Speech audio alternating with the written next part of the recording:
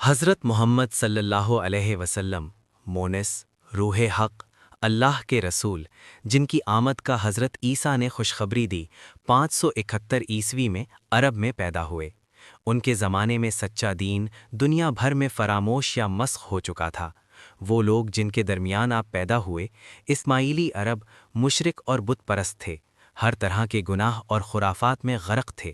ان کے درمیان قانون صرف جنگل کا قانون تھا اور کچھ ابتدائی قبائلی رواج ہو سکتے تھے۔ ان لوگوں کے درمیان جو اللہ کی راہ سے بہت دور جا چکے تھے، حضرت محمد صلی اللہ علیہ وآلہ وسلم ایک مرد خدا کی حیثیت سے پروان چڑھے۔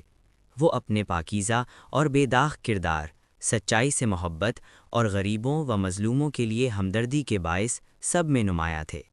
لوگ انہیں الامین یعنی قابل اعتماد اور امانت دار کہا کرتے تھے۔ جو ان کی عمر بڑھتی گئی، لوگوں کی توہم پرستی اور بدعمالیوں نے ان کے دل کو بڑھتی ہوئی تکلیف پہنچائی۔ وہ اپنے خالق کے ساتھ راز و نیاز میں اور انسان کی زندگی کے مقصد و انجام پر غور و فکر میں طویل اوقات گزارتے تھے۔ وہ اس بات کے شدید خواہاں تھے کہ لوگوں کو صراط مستقیم کی طرف لائیں تاکہ اللہ کو انسان کے سامنے اور انسان کو اللہ کے سامنے پیش کریں۔ جب ان کی عمر 40 برس ہوئی تو الہی نور پوری آب و تاب کے ساتھ ان کے دل میں جلواگر ہوا اور اللہ نے انہیں تمام انسانیت کے لیے اپنا رسول منتخب فرمایا۔ انہوں نے لوگوں کو ایک ہی خدا کی دعوت دی جو تمام جہانوں کا محبت کرنے والا خالق اور پروردگار ہے۔ انہوں نے انہیں ہر قسم کی برائی اور ظلم سے باز رہنے اور آپس میں محبت کرنے کی تلقین کی۔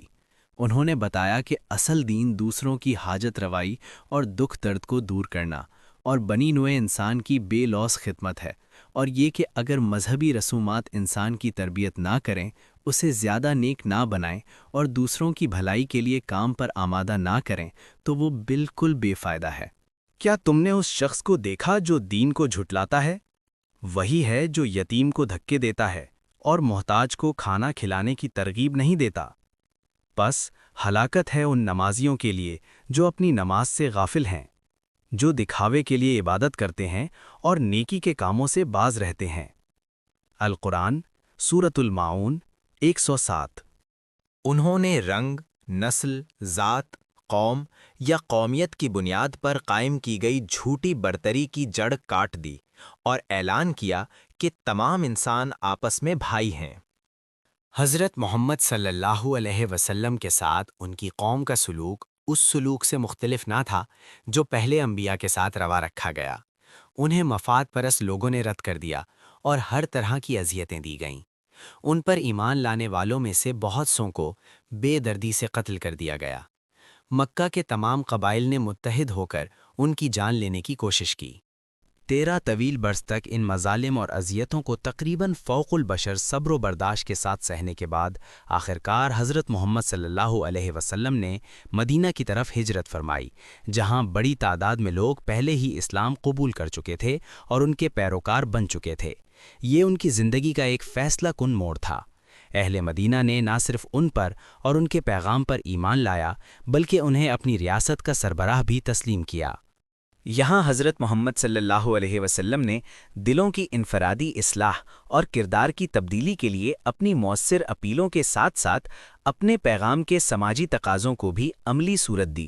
ان کے متعارف کردہ انقلابی اقدامات میں عورتوں کو مردوں کے برابر مقام دینا، غلامی کے خاتمے کے لیے عملی اقدامات، ہر قسم کی نشہ آور اشیاء اور جوا کی مکمل ممانعت، ہر طرح کے استحصال کا خاتمہ، پادریانہ نظام کا اختتام، تمام افراد اور جماعتوں کو مذہبی آزادی دینا، انسان کے معلوم تاریخ کے سب سے روشن قانون کا نفاذ، فلاحی ریاست کا قیام اور ایسا نظام حکومت قائم کرنا شامل تھا جو عدل و رحمت کا حسین امتزاج تھا۔ انہوں نے ایک ایسی عالمگیر اخوت قائم کی جس میں نسل، رنگ، زبان، دولت یا جنس کی بنیاد پر کوئی امتیاز نہ تھا۔ اس جماعت میں شامل ہونے والوں کی نمایاں خصوصیت ایک خدا اور انسانیت کی خدمت کا جذبہ تھا۔ اپنا مشن مکمل کرنے کے بعد اللہ کے آخری نبی حضرت محمد صلی اللہ علیہ وآلہ وسلم سن 632 عیسوی میں اس دنیا سے رخصت ہوئے اور اپنے پیچھے اللہ کی نازل کردہ کتاب مقدس قرآن اور اپنی سنت کو چھوڑ گئے تاکہ یہ سب زمانوں کے لیے لوگوں کی رہنمائی کا ذریعہ بنے۔ مثالی کردار۔ اسلام کے نبی صلی اللہ علیہ وسلم کی زندگی ایسی تھی جسے صرف خدائے زندگی ہی کہا جا سکتا ہے۔ وہ زندگی کے مختلف حالات اور طبقات میں انسانوں کے لیے کامل نمونہ تھے، جیسا کہ قرآن مجید فرماتا ہے، بے شک تمہارے لیے رسول اللہ صلی اللہ علیہ وآلہ وسلم میں بہترین نمونہ ہے، اس شخص کے لیے جو اللہ اور یوم آخرت کی امید رکھتا ہے اور اللہ کو کثرت سے یاد کرتا ہے۔ 33:21 اے نبی، بے شک ہم نے آپ کو گواہ، خوشخبری سنانے والا، ڈرانے والا، اللہ کے حکم سے اس کی طرف بلانے والا اور روشن چراغ بنا کر بھیجا ہے۔ 33:45 to 46 آپ صلی اللہ علیہ وسلم نے قرآن مجید کے اعلیٰ ترین اخلاقی اصولوں پر زندگی گزاری اور اپنی عملی زندگی میں ان تمام اوصاف کو مجسم کر دیا جن کا ذکر کتاب الہی میں ہے۔ جب آپ کی زوجہ حضرت عائشہ سے آپ کے اخلاق کے بارے میں پوچھا گیا تو انہوں نے فرمایا ان کے اخلاق قرآن تھے، اور جب ان سے قرآن کی بعض اخلاقی ہدایات کی وضاحت پوچھی جاتی تو وہ نبی صلی اللہ علیہ وسلم کی زندگی اور طرز عمل سے مثال دے کر سمجھاتیں۔ یہ کہنا کہ آپ صلی اللہ علیہ وسلم گناہ سے پاک تھے محض ایک منفی تعبیر ہوگی، کیونکہ وہ مرد خدا تھے جنہوں نے ہر خواہش اور نفس کو مغلوب کر لیا تھا اور مکمل طور پر اللہ کی رضا اور اس کی مرضی کے مطابق زندگی بسر کی۔ کہہ دو، بے شک میری نماز، میری قربانی، میرا جینا اور میرا مرنا سب اللہ کے لیے ہے جو تمام جہانوں کا رب ہے۔ قرآن 163۔ قرآن کے مطابق آپ صلی اللہ علیہ وسلم تمام جہانوں کے لیے رحمت تھے۔ آپ کی شفقت دوستوں اور دشمنوں سب کے لیے یکساں تھی۔ آپ اپنے پیروکاروں سے فرمایا کرتے تھے، کیا تم اپنے خالق سے محبت کرتے ہو؟ تو پہلے اس کی مخلوق سے محبت کرو۔ آپ صلی اللہ علیہ وسلم اپنے ارد گرد کے لوگوں کی اخلاقی پستی اور بگاڑ پر نہایت رنجیدہ رہتے تھے۔ ریاست کے سربراہ ہونے کے ناطے جب کبھی انصاف یا نوخیز اسلامی ریاست کے تحفظ کے لیے کسی کو سزا کا حکم دینا پڑتا تو یہ آپ کے دل پر بہت گراں گزرتا، لیکن اپنی ذات کے لیے آپ نے کبھی کسی پر ہاتھ تک نہ اٹھایا۔ ایک نازک موقع پر جب کسی نے آپ صلی اللہ علیہ وسلم سے دشمنوں اور ستانے والوں کے خلاف بد دعا کی درخواست کی تو آپ نے فرمایا، میں بد دعا دینے کے لیے نہیں بلکہ انسانیت کے لیے رحمت بنا کر بھیجا گیا ہوں۔